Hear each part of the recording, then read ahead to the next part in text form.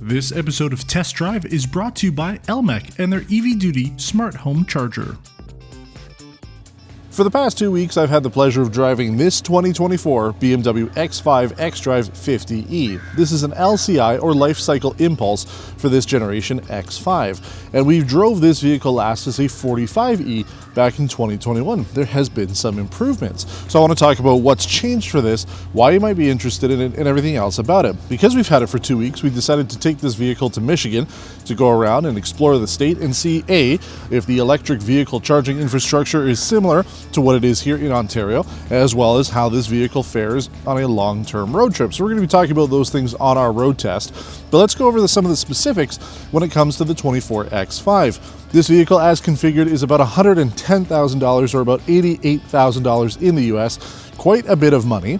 And because it's a facelift, the exterior has gotten a refresh. The headlights have changed. We now have these triangular daytime running lights, almost arrows going in the direction that you're turning, as well as the rear end taillights have been updated as well. There's no front fog lights anymore on this, at least this specific trim that we've got here, which could be a bummer for some, but for the most part it has gotten a facelift on the outside. While the changes are subtle enough, you will notice them if you park next to, say, a 2020 X5. You will be able to tell the difference right away, but it is a evolution, not a revolution, as we like to say when it comes to these updates. The interior has also gotten a bit of a change. iDrive 8 is now standard on this with the curved LCD display, which works for the driver. Obviously, it's a little bit more driver-centered, but for the most part, the vehicle is still pretty familiar to what we've come to expect from BMW. Things like the ambient lighting have been updated as well. They've kind of removed some of it, but now you have the X5 prominently displayed on your dashboard. Depending on which drive mode you're in, those colors will change. So some different things with that, but we really talked about that quite a bit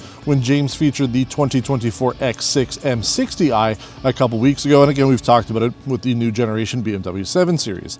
So what's underneath the hood? That's really what the selling feature is for this vehicle. It still uses a 3-liter straight-six engine with a plug-in hybrid system, but it now produces 483 horsepower, 489 if you're in Europe, which is up 96 horsepower from the previous model, as well as 516 pound-feet of torque, which is up 74 pound-feet, again, over the previous model, which is an improvement quite a bit. This is like V8 territory when it comes to performance numbers without having to spend V8 numbers on the fuel. It's also got a 25% increase in the overall battery and range. We're now sitting at 25.7 kilowatt hours for about 64 kilometers here in Canada. The World Light Vehicle Testing says it goes between 94 and 110 kilometers, which is quite different from what we get here in Canada. So again, about 64 kilometers, or roughly about 40 miles, 45 miles in the US. But I want to take this on the road. I want to talk about how it drives, rides, and performs. Most importantly, how the efficiency has been, not only as we drive around here in town, but also on our road trip. Everything else about it if you are in the market for a plug-in hybrid BMW X5.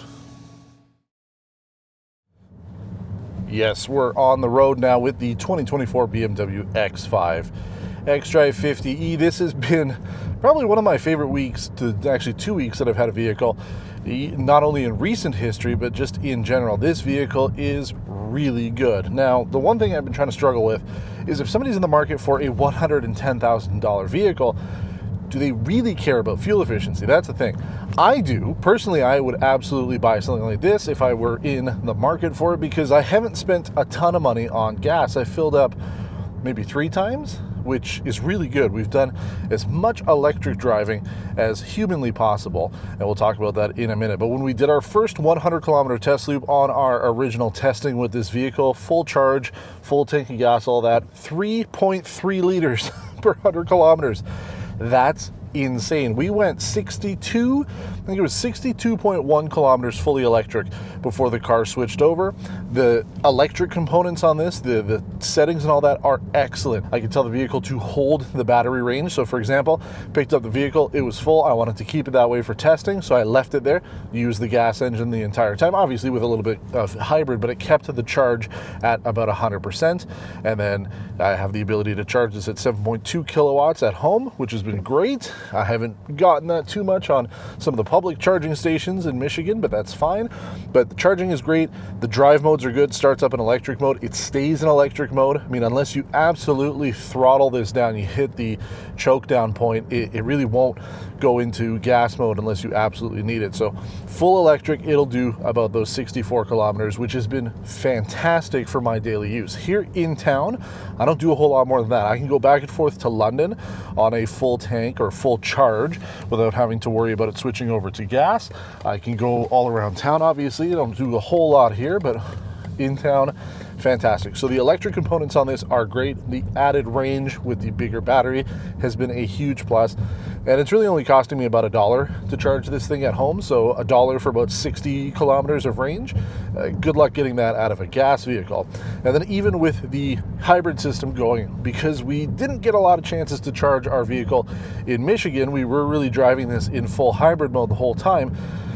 We drove like 1,800 kilometers, something like that, like 1,500 kilometers. Like, we did a lot of mileage, about 1,000 miles at least during our trip through Michigan. 7 liters per 100 kilometers. Again, the US miles per gallon is below in the lower third. These are extremely good numbers, and that is with 3 people in the car at all times.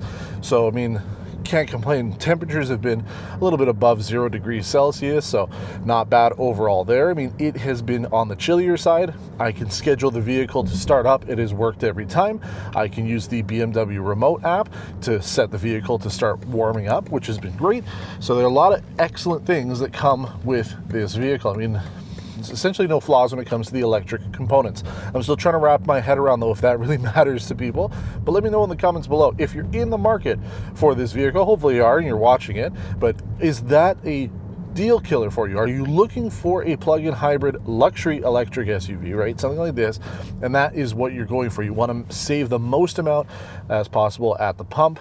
Let me know in the comments below. But I want to talk about the X5 in general now. So a couple things to note. This vehicle has the Sensafin seating in it. So it's synthetic leather and it's really comfortable. I do notice that my jeans have stained the seats a little bit. So we've seen that before, even on things like the BMW 7 Series when we first drove the M760 Li back in 2018 that had the top end Napa leather white seats. They get stained right away. So keep that in mind if you're buying a vehicle like this. Don't wear pants. But aside from that, though, I mean, the seats are extremely comfortable. Space is really good. You know, everything that we like about a BMW X5 is available on this vehicle. The driving is can be a little wishy-washy. In full electric mode, you're pretty much good to go. I do notice that when you come to a stop, there's a little bit of a delay before the vehicle will continue again. So you come to a stop, you try to hit the accelerator, there's a bit of a delay, and then it'll kind of jump a little bit. At least that's how I drive it. I find you have to come to a complete stop and give it about half a second before it'll actually go. So I won't be able to necessarily show you here on camera, but yeah, I found that most people, they just roll through stop signs anyway, which you shouldn't be doing, but that is something to note there. And then also the transition between electric and hybrid, especially at slower speeds, can be a little jittery. There's a bit of a bump to it as the system engages the gas motor. But aside from that, if you're sticking in one mode, so for example, sport mode keeps the engine running the entire time, then you don't have to worry about it. If you keep it in full electric mode, you really don't have to worry about it either. But for the most part, it works really well. Improvement over the 21 that we drove a few years ago.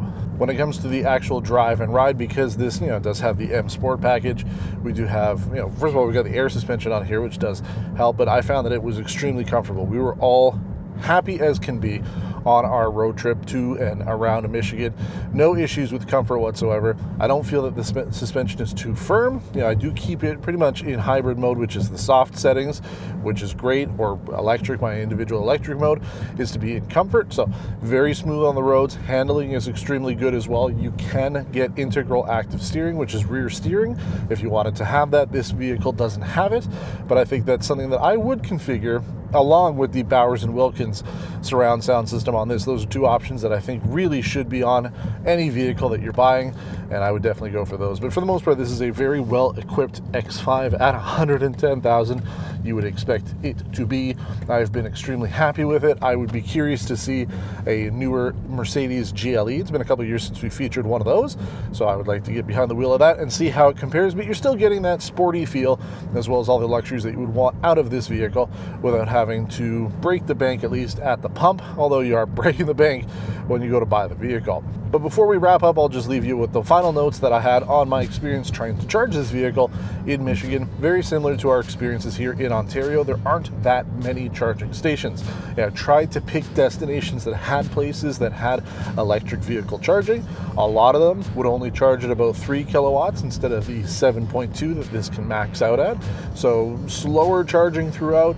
There were some places that the chargers just didn't make any sense as to where they were positioned, but some places did make sense. We went to Toledo, Ohio, to the art gallery there, and they had a charging station. They had 3 of them actually.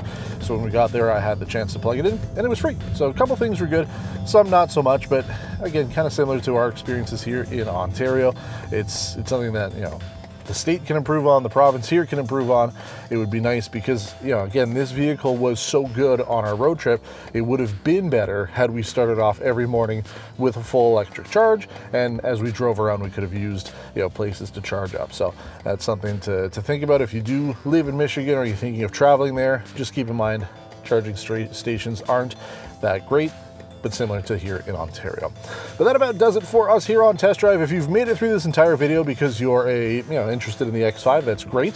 Thank you very much. If you're watching because you're a long-term subscriber here on Test Drive, then thank you as well, because this is the final episode for 2023 as we go into the new year. So happy new year from all of us here at PRN Test Drive. Thanks for watching. We'll see you in the new year. Take care.